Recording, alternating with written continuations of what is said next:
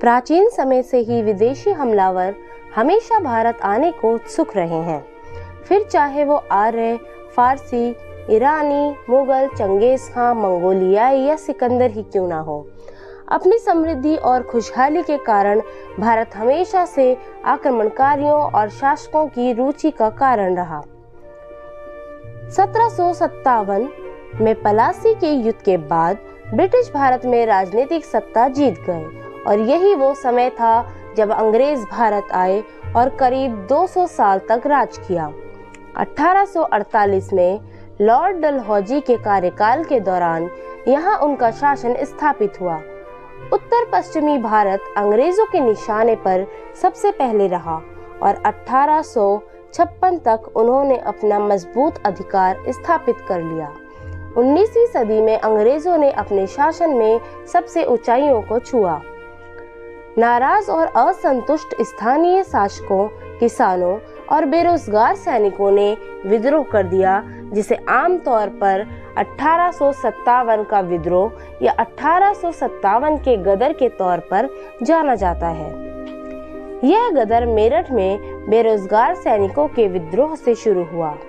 उनकी बेरोजगारी का कारण वो नई कारतूस थी जो नई एनफील्ड राइफल में लगती थी। इन कारतूसों में गाय और सुअर की चर्बी से बना ग्रीस था, जिसे सैनिक को राइफल इस्तेमाल करने की सूरत में मुंह से हटाना होता था।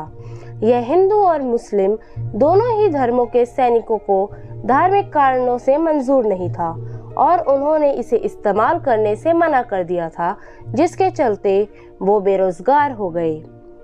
जल्दी ये विद्रोह फैल गया, खासकर दिल्ली और उसके आसपास के राज्यों में, लेकिन ये विद्रोह असफल रहा और अंग्रेजों की सेना ने इसका जवाब लूट और हत्याएं करके दिया, जिसके चलते लोग निराश हो गए। इस विद्रोह ने दिल्ली, अवध, रोहिलखंड, बुंदेलखंड, इलाहाबाद, आगरा, मेरठ और पश्चिमी बिहार को सबसे ज्यादा प्रभावित किया और यहाँ सबसे क्रूर लड़ाइयाँ लड़ी गईं।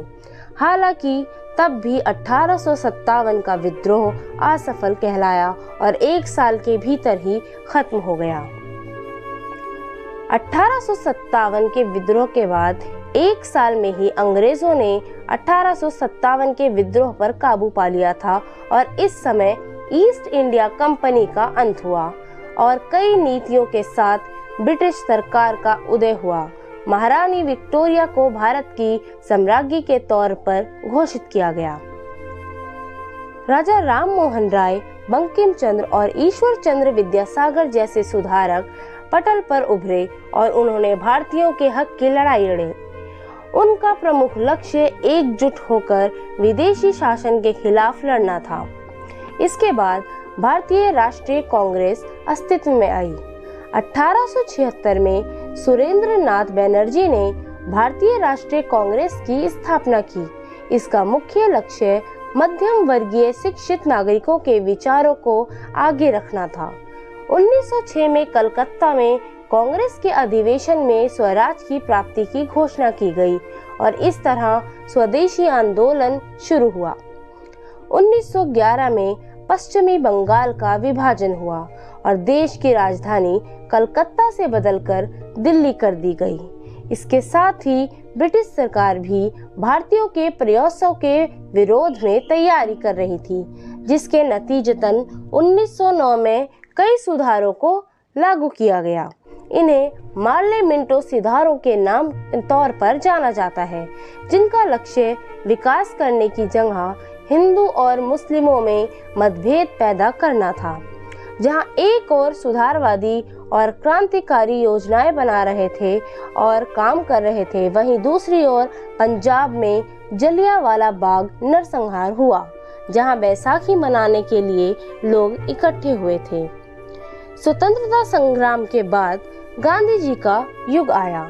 इसके बारे में विस्तृत जानकारी हम अगले वीडियो में देखेंगे।